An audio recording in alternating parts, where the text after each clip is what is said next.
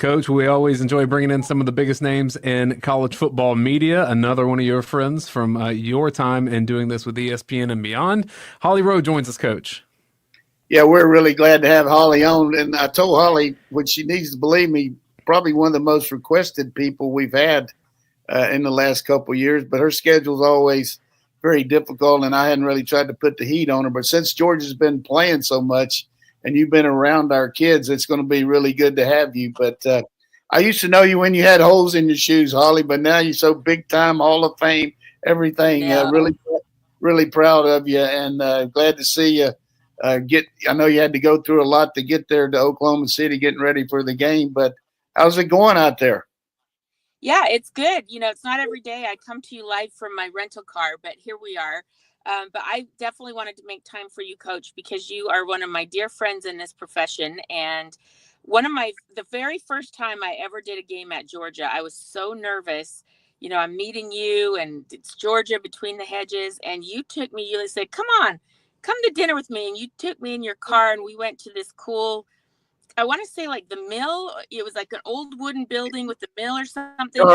Charlie Williams, yeah, and the players are out there, and you just felt you did a good job with them, and I was trying to help you kind of just get used to it, but you didn't need much help. But I tell you one thing right now, that you're out there with that OU softball team. Everybody's in the max out there about OU, but about their football. But how about that softball program?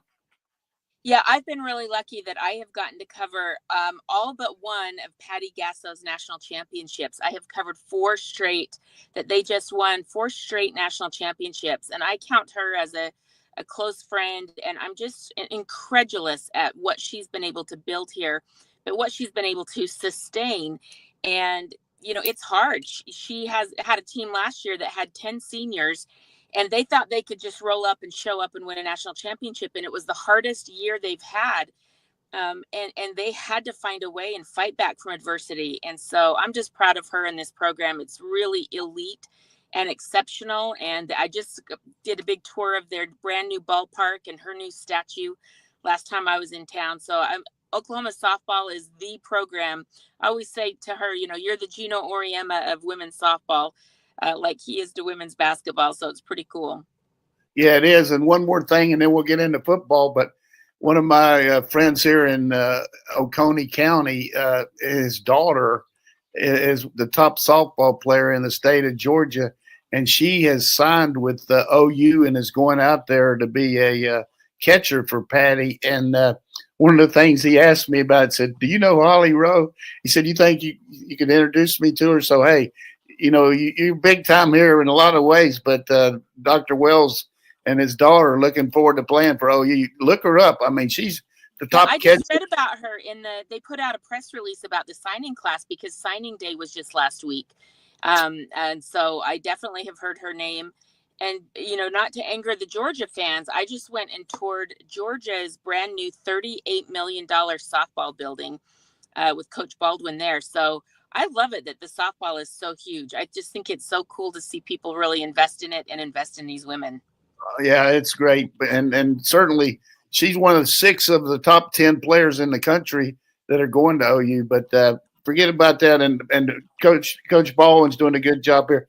But let's just go back to last week and the build up to the game. And you've had Georgia before and everything, but there was a lot of angst around here. And I know that you did a good job of visiting with Carson and his kind of psyche getting ready for the game. So tell us about your interaction with him before and after the game. Yeah, so I had done, I guess it's 3 weeks ago now, leading up into the Florida game, I had done a phone interview with Carson, a Zoom, and we had the best conversation talking about everything was easy for him last year. He set the single season school record completion percentage, over 73% of his passes completed. And it was just this dream season. And so coming into this year, I think you just expect that it's going to be like that or even better because you're more experienced. You feel better with the system, what you're seeing. Well, it hasn't gone that way. And so talking to Carson Beck about how he has dealt with adversity and challenges and not playing his best. I mean, it has been a real shock to his system to have the turnovers that he's had. Not all of them are on him. Some guys have run the wrong routes. Balls have been tipped. There's been different situations, but the resilience of that young man, and leading up to this game, he's coming off another game with 3 turnovers, and a loss against Ole Miss. And I talked to him again on Friday, and he said, my identity is not from football. I am a man of faith. I believe in faith in Christ, and I have bigger things that I identify with that are more important. And he said, so I have peace in who I am. And I thought, man, this is a young man who's going through the weight of the world. People are being so mean to him online, like so mean to him. And for him to have that sense of peace in who he is and what matters to him, he impresses me. It's hard, and he really impressed me.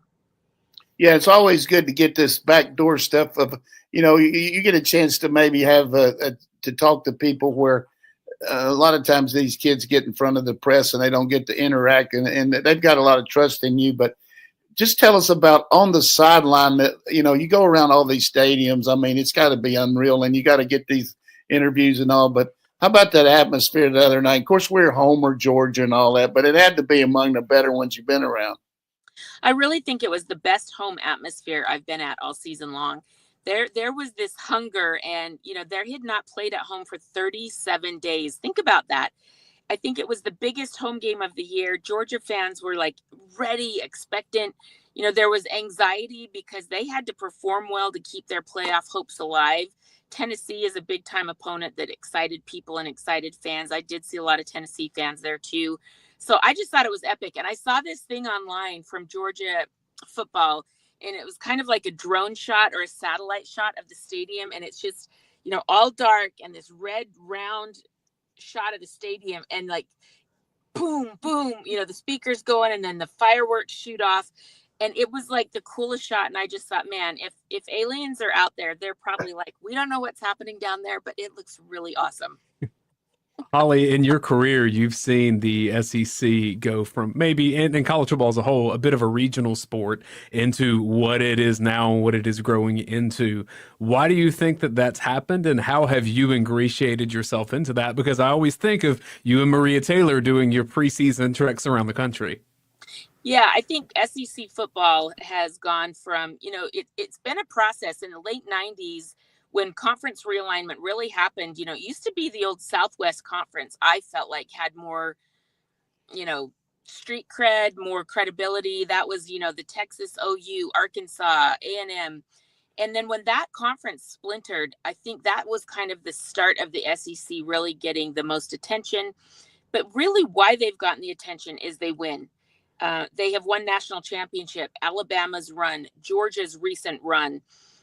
We have seen great years from teams, and now the expansion, adding 2 of the biggest brands in football. And I do, even though they're having a down year, Oklahoma and Texas, I do believe that Texas and Oklahoma have added some cachet to the SEC that is, broadening their footprint and making it more interesting. So, I mean, they've taken over the world of college football. Let's just be honest. It's the SEC and the Big Ten. The ACC and Big 12 still can be that, but they have not had the winning results this season. They don't have as many teams in the top 10, top 15. So, right now the SEC is king, but they've earned it over time with quality and depth and recruiting and excellence.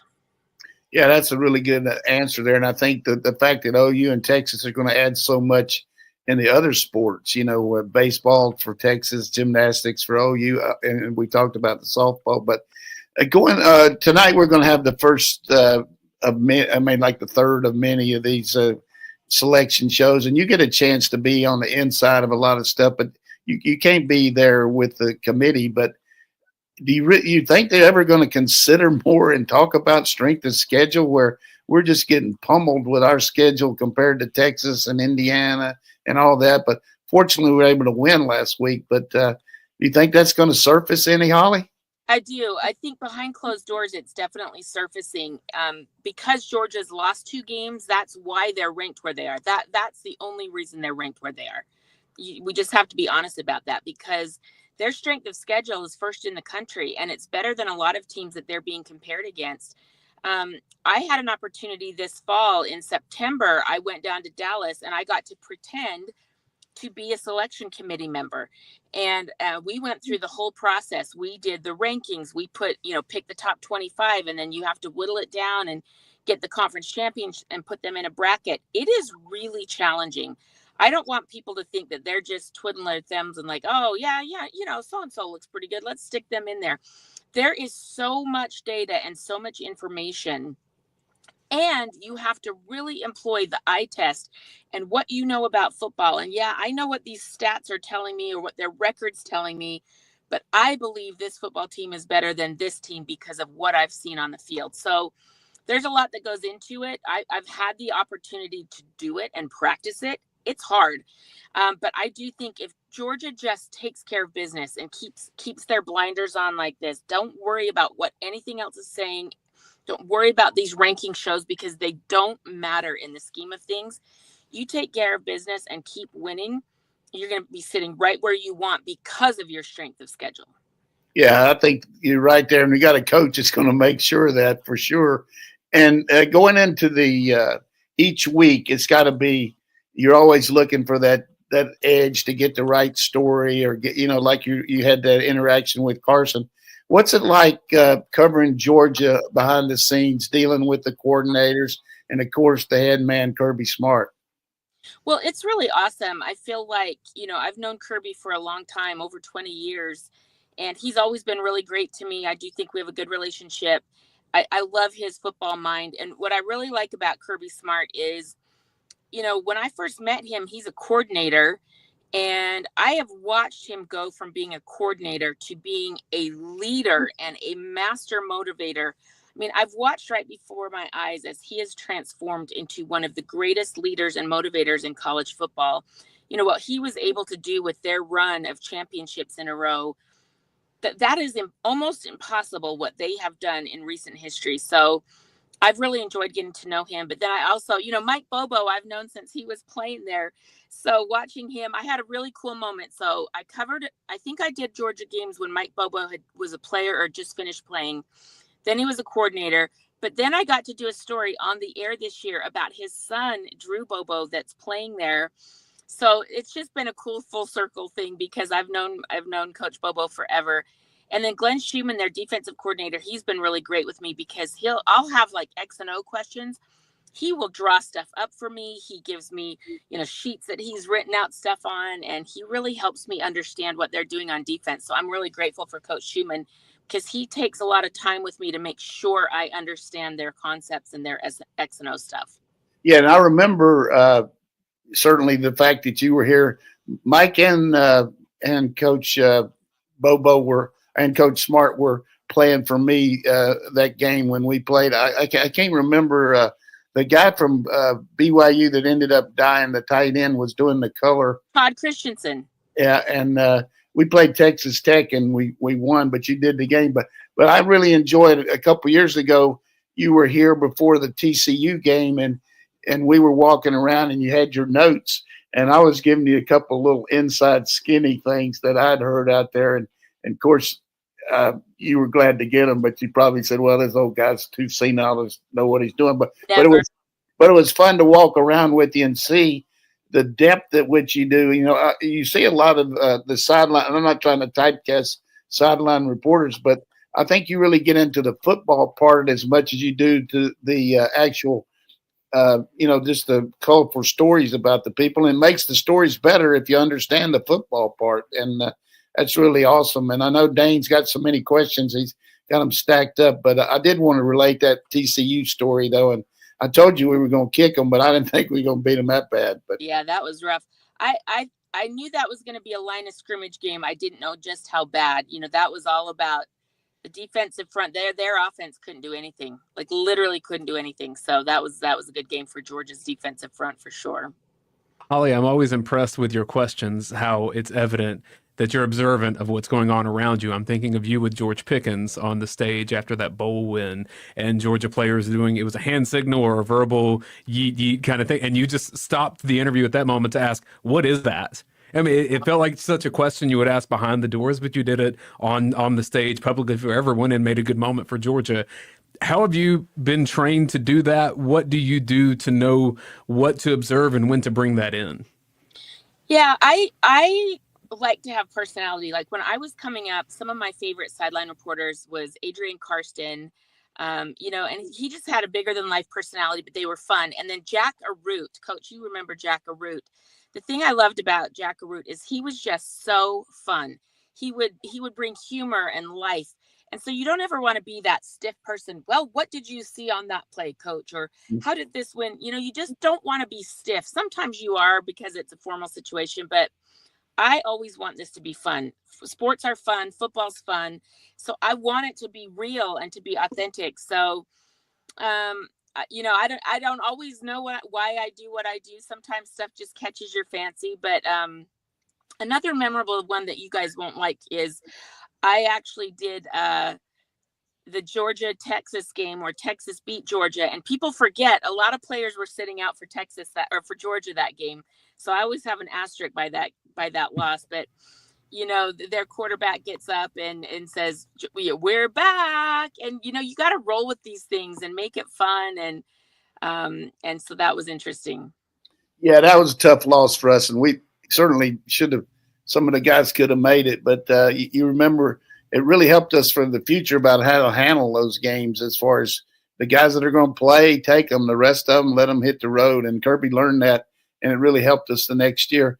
So one of the things that some of the fans have asked me is, like during the week, I mean, you have a producer, a great producer, and Bill Bunnell, I've known for a long time, and certainly the team of you and Herbie and play by play. You've been with these guys. What is how does the role, like you're there in Oklahoma now? So what will you be doing between now and the game? Yeah, so we have like today, as soon as I get off with you guys, we are doing interviews with Oklahoma players. We're going to talk to their senior linebacker, Danny Stutzman, who will have over 100 tackles for the third straight year. He will end his Oklahoma career in two more games, and he's been one of the best players in Oklahoma history. So Danny Stutzman is a name that your fans should look out for on Saturday. He is a tackling machine. So we'll interview him. We'll interview a couple players for Oklahoma. And then we have calls all day tomorrow with Alabama, with both coordinators, Kalen, Deboer, and about 5 players. And, the way we're kind of looking at things is I want to keep stacking up these interviews. I've been doing it with Georgia too, because we're going to see them down the road. We're going to see them either in the SEC championship game or the college football playoff. So, by the time we get to these big moments in the playoff things, I want to make sure we have seen and talked to everybody we can that might touch the football. So when something happens, we have information on them to relay to the fans. Yeah, and one other thing I want to bring out, and we've got a couple more, is just your personal fight and the way you've handled your life with cancer and all your interaction with me when my wife had cancer. Certainly, you've got a situation with Coach Venables now, his wife going through a tough time. Have you had much interaction with Coach and his wife? I have not. I've met her. We've talked a little bit. So last year, I did a little story in our game because the players were wearing pink to honor her. But she has since had a recurrence, and I know that things are tough for them right now, and they're not doing a ton about it publicly. It's awkward because, Right. when I was going through cancer, my surgery and diagnosis and stuff like that kind of accidentally got out. And it's not something where you think, oh, I'm gonna put out a press release about this. Stuff just kind of leaks. But it ended up helping me in the long run for people to know what I was going through. I went through metastatic stage 4, which is the worst kind, almost. And it was really hard, 4-year battle. But having people know about it, like I would have officials come up to me during the game in college football and say, hey, we've been praying for you. I would have fans that I do not know say, I've been praying for you. I actually had a fan last week stop me in the parking lot of Jittery Joe's and say, I've been praying for you. You're somebody I've been praying for, and so that's really humbling to have these strangers care about you. So I hope that we can give Coach Venables and his wife that kind of love and support, because it's hard. It is really hard, and it's frightening, and you need all the love and help you can get. Holly, we've talked about all the different sports that you cover, and I think a lot of our fans may not even know what you're doing with Utah Jazz, outside of the stuff you're doing with women's basketball and with softball and with college football. What's a story or a sport or a headline or something that you're following that you're most excited about right now? Wow. Well, the Utah Jazz are having a little bit of a tough season, but they are developing their young players. So a story I'm actually working on right now is you guys know Jalen Williams for the Oklahoma City Thunder. He's been in the NBA. He's been part of this Shea Gilgeous-Alexander, really exciting group in OKC. Well, his brother just got drafted as a lottery pick for the Utah Jazz, Cody, and they are going to play against each other for the first time on December 3rd. So think of how special that is for these parents that they have two sons in the NBA that are both lottery picks that have both made it, and they will tip off against each other on December 3rd, OKC versus Utah. So that's something I'm looking at. And then women's college basketball. I am already hard at it. Women's college basketball has tipped off for me. I had South Carolina last Sunday. They look phenomenal. I've got Texas at Notre Dame and then UConn at Notre Dame coming up in the next couple of weeks. So I'm deep into my women's college basketball prep. And then we've also got the Heisman Trophy coming up December 14th. So my December is super hectic, but super fun. Yeah, I mean, you got a lot of balls on the court there, but I never would have thought that with OU football, me growing up like and coaching around it, that the Oklahoma Thunder right now would be maybe stealing a little bit of OU's football thunder. I mean, everybody's jacked about the Thunder there. I mean, everybody talks about it, and it's a small state, you know, and that guy's done a great job of building that franchise. Yeah, they're such a fun team. And I think, I'm so sorry, I'm killing you guys with the sun here. I'm trying to get in the right spot. The Thunder had to really make a sacrifice, and they had to, be poor and work through the lottery. But this is one of the best teams in the NBA right now. And they are so fun and dynamic and exciting. And, unfortunately, Oklahoma football hasn't been what we're used to it being this season. But fans have a lot to look forward to in the Thunder. They had the best record in the NBA last year, the number 1 seed in the Western Conference. They fell a little bit early in the playoffs. I expect them to make a deeper run this year, but it's been a lot of fun for OKC fans to have that. But I did talk to a lot of Alabama fans this week. There are a lot of people who are driving. One guy's driving from Selma, Alabama, 12 hours to come out here, because a lot of the SEC fans haven't been to Oklahoma or haven't been to Texas. So there's a lot of SEC fans who are excited for this ball game on Saturday.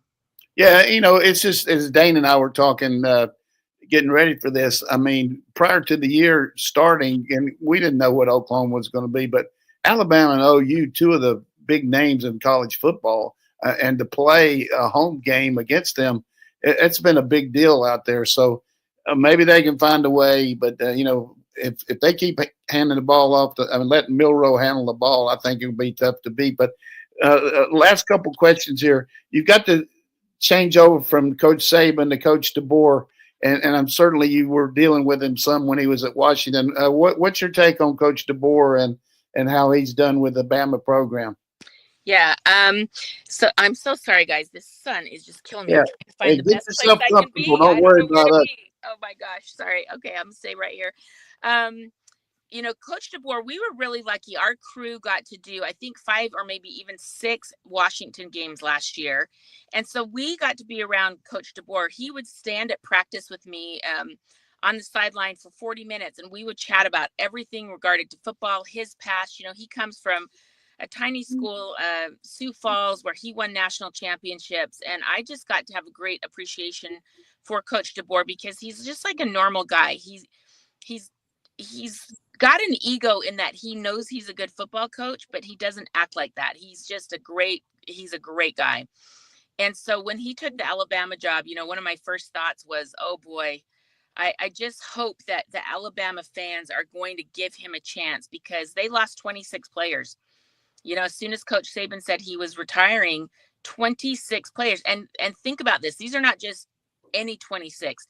Alabama has the best players. They've recruited the best.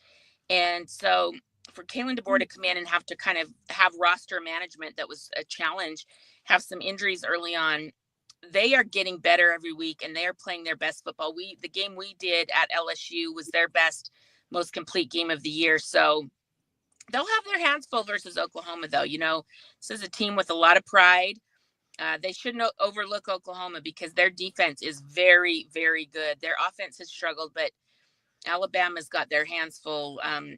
Even with a disappointing year for Oklahoma football, they are still very good. Last one from me, Holly. I'd just like to hear how Coach Donnan's friends, where their relationships generated from. I've become close family friends with him, so I know what it's like from his perspective. But where's your connection with Coach Donnan? Where did that come from? Any fun stories from that? Well, it's the one I just told you previously of the very first time I covered a Georgia game. So just him taking me under my wing, because Coach, that was almost 30 years ago. It was probably 22 years ago or something like that. And that's an era where not a lot of women were doing this. You could have been an old crotchety man that didn't want to bring in a young woman into football. And you were so loving and so open, took me under your wing, never questioned my football knowledge. I just cannot say thank you enough to Coach Donnan for just accepting me. And being inclusive and being like, all right, we got her. She's good. And really taking me under his wing from the first second I met him. So that's something I will always appreciate.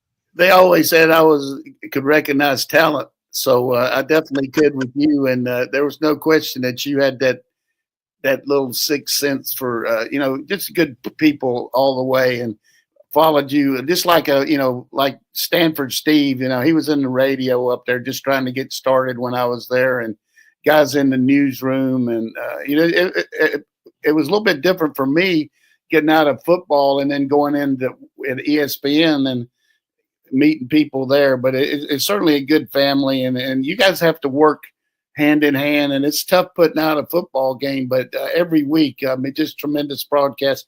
I hope you have a good time out there in Oklahoma, and if there's some way you could pull the Sooners through, that would be good for all the Georgia people, but we'll see how it goes. But thanks so much people don't realize how much you went through to get here. You were on a plane, were delayed, and really appreciate you working this out in your schedule. Absolutely. I apologize for being in a car for this, but I just had to get here and do this for you because you mean a lot to me. So we're sacrificing a little bit for quality, but hopefully, it was interesting for you. Hey, if you get any time and you want to, let me know. I'll shoot my daughter's number to you. She'll take you to a good local place for lunch. All right.